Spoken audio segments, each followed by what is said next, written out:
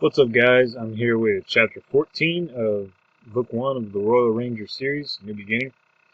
And just a little recap from Chapter 13. The main thing in that was that Maddie found out Will had a letter from her parents, Crown Princess Cassandra and Horace, basically disinheriting her, saying all of her previous titles, roles, they didn't matter anymore. She was now just a Ranger's apprentice. That was her only rank, no longer princess. So with that, let's get into Chapter 14. Will awoke the following morning to the smell of bacon frying. He frowned, sniffed the air experimentally, and confirmed the fact. That was definitely bacon frying. His empty stomach rumbled in anticipation. He swung his legs out of bed, dressed hurriedly, and opened the door into the main room of the cabin. Maddie was standing expectantly by the stove, a frying pan in one hand and a large fork in the other. She smiled as he entered, rubbing the drowsiness from his eyes, smoothing his disheveled hair. "I made breakfast," she announced. "I don't know how to scramble the eggs, so I fried them." She waved him to a seat at the table. "Well, this is a surprise," he said, and she placed a laden plate before him. The surprise increased as he looked at the bacon, fried to within an inch of its life, and reduced to flint-hard strips. The eggs were not much better. She had burned the bottoms, and the yolks were dried out and hard. He looked at them uncertainly, then picked up his knife and fork, determined to eat. She had tried, he thought. She might not have succeeded, but she had tried, and he saw the sentiment behind the gesture. It was her way of apologizing, in a more meaningful way, if not completely edible way, than simply uttering the words. He put his fork into one of the strips of bacon, and it promptly disintegrated into a mass of sharp little shards. Maddie was watching carefully, so he picked up several of them and put them in his mouth, sucking on them to soften them. "Is it all right?" she asked. "I've never cooked bacon before." "Remarkable," he mumbled past the swarms of bacon that filled his mouth. "A very commendable first effort." He swallowed the bacon with some difficulty, then tried the hard, crisp-bottomed egg. The flavor of burned egg white filled his mouth. He chewed and swallowed.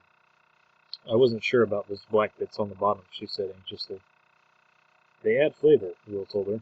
He saw that she had already collected the day's fresh loaf from the bakery. He hurriedly tore off a piece, slapped butter on it, and wolfed it down. He put more butter on the hard egg yolks. At least that would soften them a little.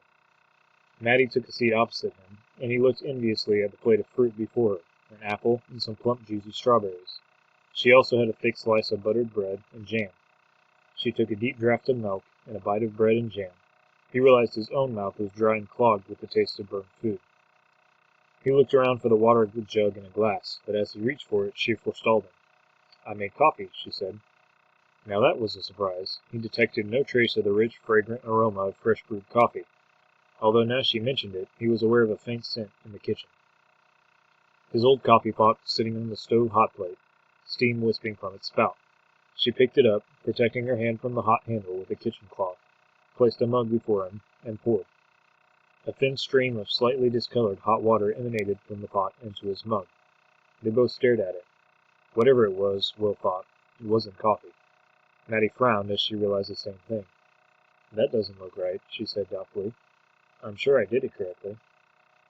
"What did you do?" he asked, picking up the cup and inspecting the faintly brown liquid inside it.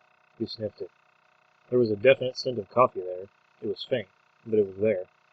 "I filled the pot with cold water, set it to boil on the stoveplate. Then, when it was boiling, I spooned in the coffee, 3 big spoonfuls. I thought that would be enough." "It should have been," he said absently.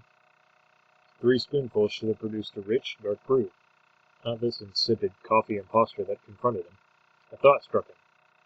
"Where did you get the coffee from?" he asked, thinking she might have reused old grounds. But she gestured to the pottery jar on the top shelf in the kitchen where he kept his coffee beans.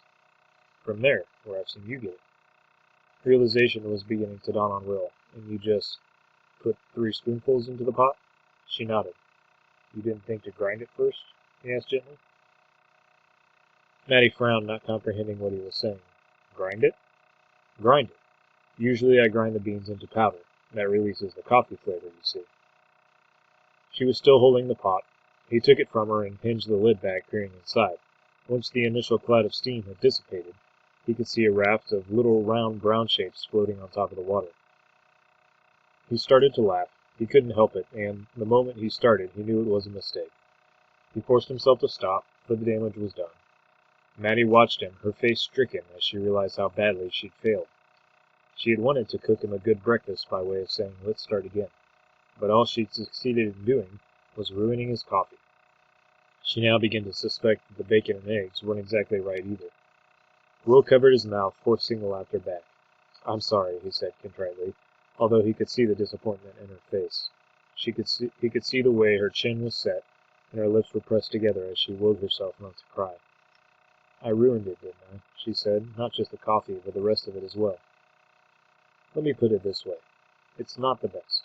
Eating the bacon is a little like chewing shards of pottery, and the eggs deserved a better fate." She dropped her gaze, totally crestfallen. She hated to fail. "But I shouldn't have laughed," he continued in a gentler tone. "You tried, and it was a nice thought. Nobody's made me breakfast in months." "I'll bet nobody has ever made you a breakfast like that," she said, her eyes down. "I can't say they have, but how can I expect you to get it right the first time?" She shook her head, not trusting herself to speak.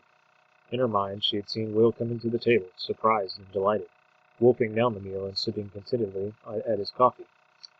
It was to have been her way of apologizing for her behavior with Jenny, behavior that even now made her cringe as she thought of it. And now this unmitigated disaster. She felt Will's hand on her shoulder, and she looked up. His eyes were very warm and gentle, like those of the Uncle Will she had known as a little girl. "Maddie, you made the effort, and that's the main thing. And while you might not have given me the world's best breakfast, you did something else for me. Something far more important." She cocked her head to one side curiously. "What?" "You made me laugh. And nobody's done that in a long time." After breakfast, in Will's case a hastily revised one of bread, some slices of ham hanging in the larder, and a cup of properly brewed coffee, they stepped out into the small clearing in front of the cabin for Maddie's first session with the weapons she would be using for the next 12 months. She watched eagerly as Will unrolled an oilskin to reveal them. He selected the double scabbard mounted on a thick leather belt first. She had seen the peculiar double rig worn by rangers before, of course, but she never had occasion to inspect the two knives that it held. The sax was first. It was the larger of the two, almost the length of a short sword. She'd had a sax for some years, of course, but it was lighter and shorter than this. This was a ranger's everyday weapon for close fighting, heavy-bladed and razor-sharp. She rested her forefinger lightly on the blade, testing the edge. "It's sharp," Will said, watching approvingly, as she treated the weapon with respect and care. "And it'll be up to you to keep it that way.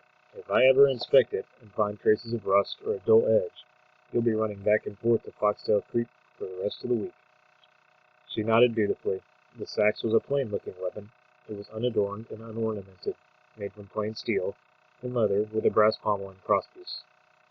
But as she held it, she felt the perfect balance in the weapon that made it feel light and easy to wield, in spite of the fact that the thick blade gave it considerable weight.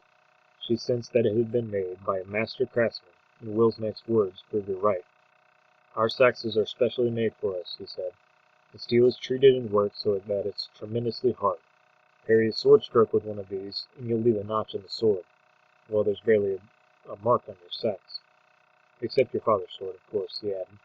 She looked at him curiously, all the while working the blade of the sax back and forth, getting the feel of it. "My dad's sword? What about it?" "It was crafted for him by the swordsmiths of Nihonja. They use a similar technique to our weapons makers. Of course the sword is a masterpiece. It's harder and sharper than any blade in Aralia or the continent." "I didn't know that," she said. Her father never mentioned it to her. Will dismissed the subject, gesturing for her to resheath the sax. She did so, and he drew the smaller knife from its scabbard. The blade was around 20 centimeters long. It was narrow where it joined the hilt, but widened rapidly, then angled in sharply to form a razor-sharp point. The tapering shape of the blade added weight at the point, which was balanced by the weight of the hilt, constructed of leather discs, with a small brass crosspiece. Again there was a brass pommel at the end of the hilt. "You'll be learning how to throw this," he told her. She pursed her lips. "I've never thrown a knife," she admitted. Will shrugged. "The principle is simple enough. You throw it so that it spins in the air just enough for the point to be facing the target when it reaches. The farther the target, the more times you spin it." He showed her how to vary the rate of spin by holding the blade farther up or closer to the tip. Close to the tip, and it's going to spin faster. Set your grip farther up the blade toward the hilt, and it'll turn more slowly through the air, he said. She nodded, trying the different positions, miming throwing the knife. She could feel how the position close to the point would impart greater spin on the blade. That doesn't sound too easy, she said doubtfully, and he nodded at her. It's not. I said the principle was simple. The practice is definitely something else. Like everything a ranger does, it requires practice. Practice and... He paused, raising an eyebrow for her to complete the statement. More practice, she asked. Got it in one. That's the secret of most of our skills. When it comes down to it, throwing a knife is like cooking a perfect egg. The more you do it, the better you get, although the techniques are quite different. She placed the throwing knife in its sheath. She waved the double scabbard in her hand for a few moments, admiring the matched look of the two weapons and the plain, practical design. Deceptively plain, because, having examined them, she knew that the hours of painstaking, expert work had gone into their construction. She set the knives down and looked expectantly at the oilskin wrap. There was another item hidden in its folds, a longer, slender item, and she thought she knew what it was. What's next? She asked. She tried to keep her voice neutral, but Will heard the tone of expectancy in it. She was enjoying this session. She was interested in weapons. But that was no surprise, considering her penchant for hunting. But that interest was a good thing, and it would serve her well in the months to come, during the constant, repetitive actions of practice. A person needed that core of interest to keep practicing and keep improving. What's next is our principal weapon, he said. The bow. Alright, so that's the end of chapter 14. Maddie is made up with Will through a attempt at cooking breakfast, and now she's been introduced to her weapons, the Saxon throwing knife, and finally the bow. That's where we leave off. I'll see you guys next time, chapter 15. God bless and have a good one.